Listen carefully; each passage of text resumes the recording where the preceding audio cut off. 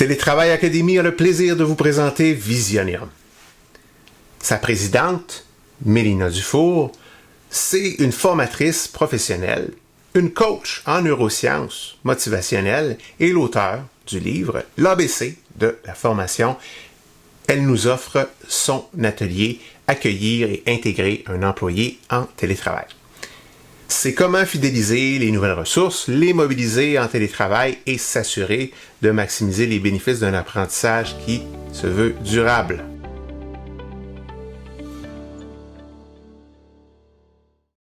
Est-ce que vous avez des employés? Si oui, vous savez que l'intégration du personnel est un moment important dans leur intégration dans l'entreprise. Est-ce que vous pensez engager prochainement?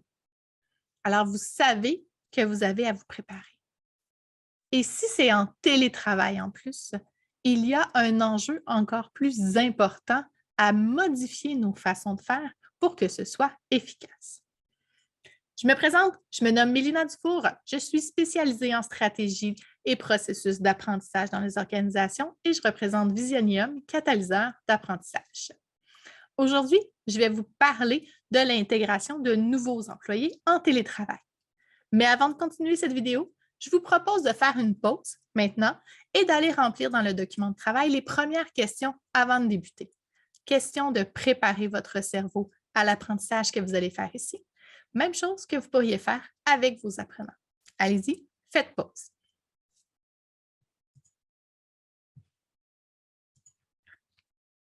Bon retour!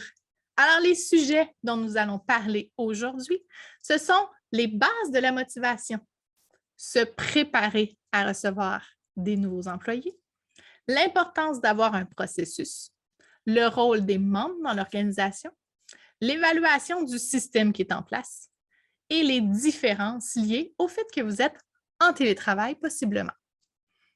Alors, débutons tout de suite avec la motivation. Nous allons nous le dire, on veut des employés qui sont motivés. On veut des gens qui vont rester chez nous, qui vont se donner à 100% et qui vont contribuer à notre entreprise. Mais pour ça, il faut comprendre qu'un être humain est motivé vraiment au niveau intrinsèque. Le fait de comprendre comment chacun des individus fonctionne va vous aider à mieux les aider à être des personnes motivées. Donc, la motivation intrinsèque, ça veut dire que ça vient de eux. Vous devez comprendre qu'est-ce que chaque individu a comme propre motivation pour inculquer dans votre modèle d'affaires, votre modèle de contribution avec eux, des éléments dans lesquels eux, ça va les motiver. Donc, vous devez apprendre à connaître chacun des individus parce que c'est différent pour chacun et c'est hyper important pour leur adhésion à l'entreprise que vous appreniez à savoir qu'est-ce que eux va les motiver.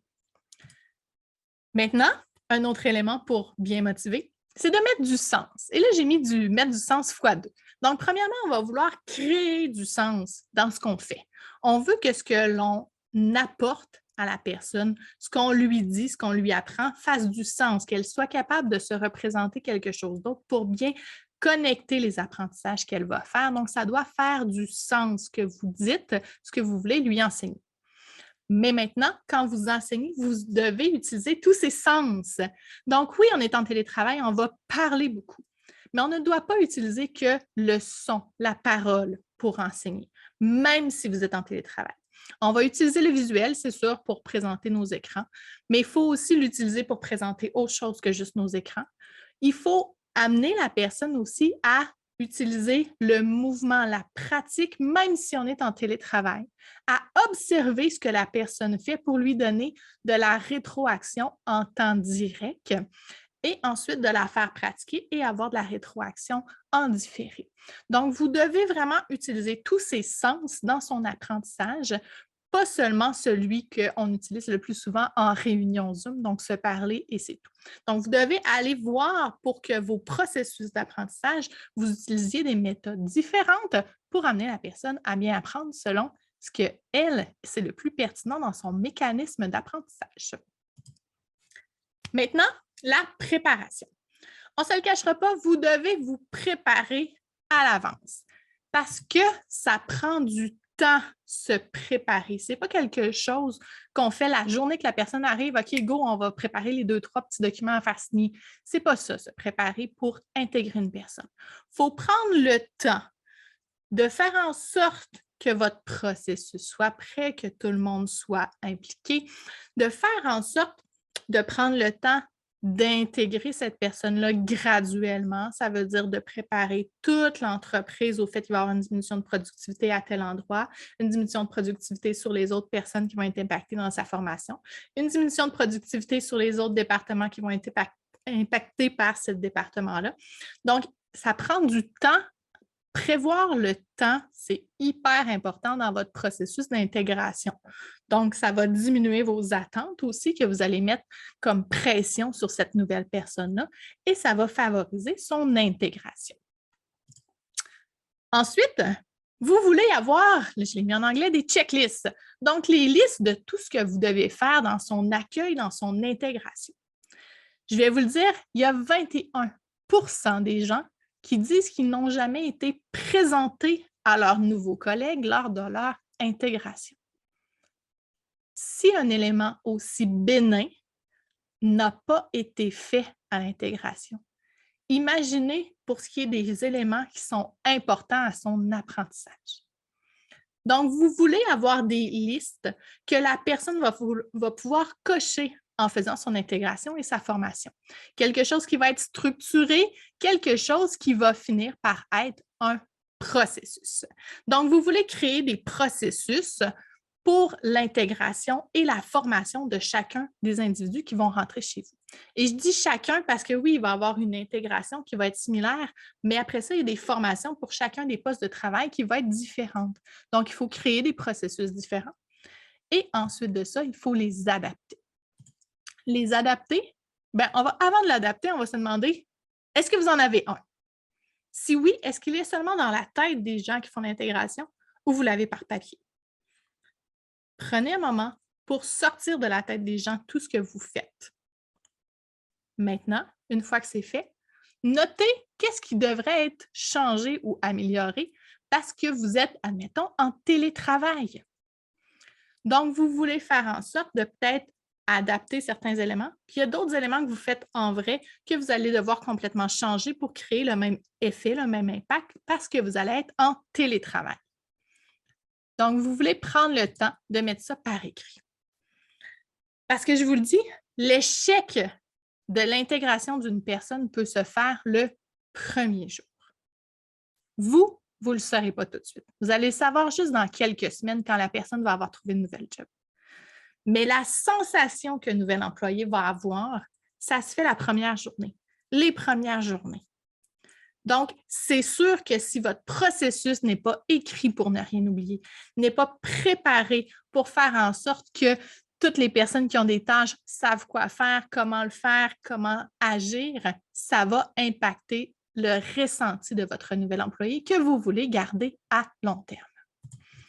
Donc, c'est quoi les rôles? Qui devrait être impacté par le processus d'intégration et de formation selon vous? C'est tous. Tout le monde dans l'organisation est touché par l'intégration d'un nouvel employé. Tout le monde. Quand vous allez présenter chacun, que ce soit en vrai ou en télétravail, c'est la même chose, le ressenti que la personne va avoir avec chacun de ces individus-là va être important. S'il y en a 2 dans un coin qui ont de l'air à moins aimer leur job, à chialer puis à pas trop s'intégrer, ça va sonner une petite cloche dans la tête de la nouvelle personne qui vient de rentrer. Ah, pourquoi ils sont comme ça? C'est-tu parce que les autres, ils jouent une game puis les autres sont comme ça aussi? Qu'est-ce qui se passe? Donc, il faut que tout le monde soit impliqué. Il faut que cette première journée-là, tout le monde sache qu'il y a un nouvel employé qui arrive.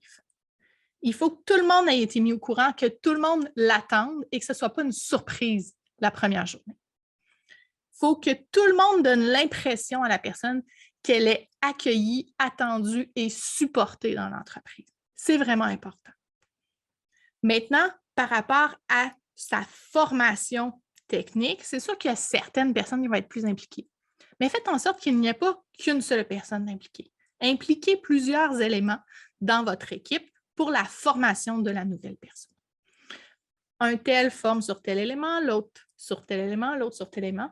Et comme ça, la formation va avoir été donnée par des acteurs qui ont des styles de formation différents, mais aussi qui ont des techniques, des approches qui vont peut-être parler plus ou moins selon les journées à votre nouvel employé parce qu'on enseigne et on apprend tous de manière différente. Maintenant, tout le monde est impliqué aussi parce que, bien, on va se le dire, un nouvel employé ne sera pas efficace tout de suite. Ça va diminuer la productivité sur, admettons, ce rôle-là, qui va devoir être réparti sur plein d'autres personnes autour. Ces autres personnes-là, leur productivité générale va être diminuée aussi. Et ça va impacter un autre département. Donc, toute l'entreprise va être impactée quand même par l'arrivée d'une nouvelle personne. Et il y a une courbe d'apprentissage. La personne ne peut pas être efficace et productive dès le départ. Il faut le prévoir. Et quand la personne va apprendre, admettons le sujet X, bien là, vous allez vouloir y donner plein de tâches X pour qu'elle pratique. Fait que ces tâches X-là, vous allez peut-être les voler à un, à l'autre, puis à l'autre pour qu'elle puisse pratiquer. Alors, ça va les impacter, ces autres personnes-là. Donc, de devoir attendre que ça ait été fait pour pouvoir continuer. Donc, il y a une préparation à faire pour prévoir tout ça et faire en sorte que tout le monde joue le rôle approprié lors de l'intégration. Mais là, comment vous allez faire pour évaluer si c'est efficace? Bien, c'est important de se fixer des critères. Qu'est-ce que ça veut dire pour vous, un processus d'intégration qui a été efficace? Puis là, le mot évaluation, on l'aime moins. On va se le dire, quand on était jeune, une évaluation, ça voulait dire se faire poser une note, une étiquette sur nous, comme quoi on est bon ou on n'est pas bon. Ce n'est pas ça l'objectif d'une évaluation. Une évaluation, à la base, c'est pour évaluer si ce qu'on fait a été efficace, pour aller pister les éléments, les critères sur lesquels il faudrait s'améliorer. Donc, dans votre processus, est-ce que la personne a un sentiment d'appartenance un petit peu moins bon? Comment on va évaluer son sentiment d'appartenance? Qu'est-ce qu'on pourrait faire, donc, pour améliorer ça? Parce que c'est notre responsabilité. Si la personne n'a pas bien appris, le processus n'a pas bien été fait, c'est probablement qu'on pourrait améliorer quelque chose. Donc, c'est quoi les critères sur lesquels on va se baser pour évaluer si notre propre processus d'intégration et de formation est efficace? Qu'est-ce qui vont être les cloches qui vont nous allumer pour savoir qu'il faut faire des améliorations? C'est important de les connaître pour, après ça, être capable de s'améliorer. Donc, sur quoi est-ce que vous voulez vous améliorer dans votre entreprise au niveau de vos propres processus d'intégration et de formation? Et si vous êtes en télétravail, il faut adapter ces critères-là aussi. On va se le dire. Donc, les critères qu'on a, l'intégration qu'on fait, doit être vraiment adaptée à votre réalité. Vous ne pouvez pas seulement faire la même chose que ce que vous faisiez, mais juste parler à l'écran, puis c'est tout, là, puis envoyer la personne travailler par elle-même, ça ne marche pas comme ça. Il faut s'adapter au fait qu'on est en télétravail. En vrai, vous auriez eu la possibilité de croiser la personne dans le corridor, puis là, elle aurait osé vous poser une question.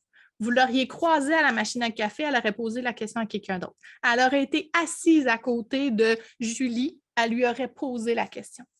Vous devez recréer cette atmosphère-là qui n'existe pas en télétravail. Vous devez créer ces occasions-là que la personne puisse se développer avec les interactions sociales pour poser des questions, pour avoir du feedback, demander, reçu, proactif. Donc, il faut créer les occasions et c'est ça la difficulté en télétravail, c'est qu'on ne peut pas prendre les choses pour acquis. Il faut y aller au-devant de l'apprentissage de la personne pour s'assurer de l'aider dans son développement. Je vous présente une petite formule mathématique. Donc, le potentiel d'une personne moins les interférences va donner sa performance. Les interférences, si on est en télétravail, ça en est une grosse interférence. Donc, en télétravail, on a l'interférence du fait que la personne ne puisse pas poser ses questions. On peut avoir l'interférence du fait que son poste de travail, est-ce que vous l'avez aidé à faire en sorte qu'elle soit confortable, bien installée pour bien travailler?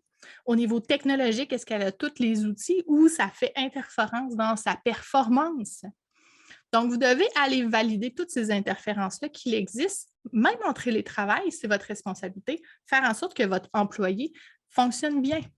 Vous pouvez fournir de la formation à la personne sur comment adapter son environnement, comment gérer son horaire pour être plus efficace, même si elle a un horaire flexible. Vous pouvez aider les personnes, leur fournir des informations, des formations pour les aider à bien travailler en télétravail parce que ça s'apprend, mais ce n'est pas inné. Donc, vous devez les accompagner là-dedans, que ce soit vos nouveaux ou vos anciens aussi.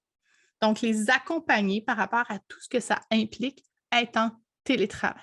Ne pas prendre pour acquis que les gens vont s'arranger et apprendre sur le tas. Vraiment se préparer avec eux à bien leur fournir l'accompagnement nécessaire pour que leur performance soit à la hauteur de ce que vous désirez dans l'entreprise. Donc, en finissant, ce que vous devez faire, commencez par vous faire un plan d'action. Quelle est la première chose que vous allez vouloir faire pour faire améliorer vos processus d'intégration et de formation? C'est quoi les éléments que vous pensez que vous devriez changer? Et mettez ça sous forme d'objectifs SMART, avec quelque chose de vraiment précis. OK, je vais faire telle action, telle date, et finalement, passer à l'action.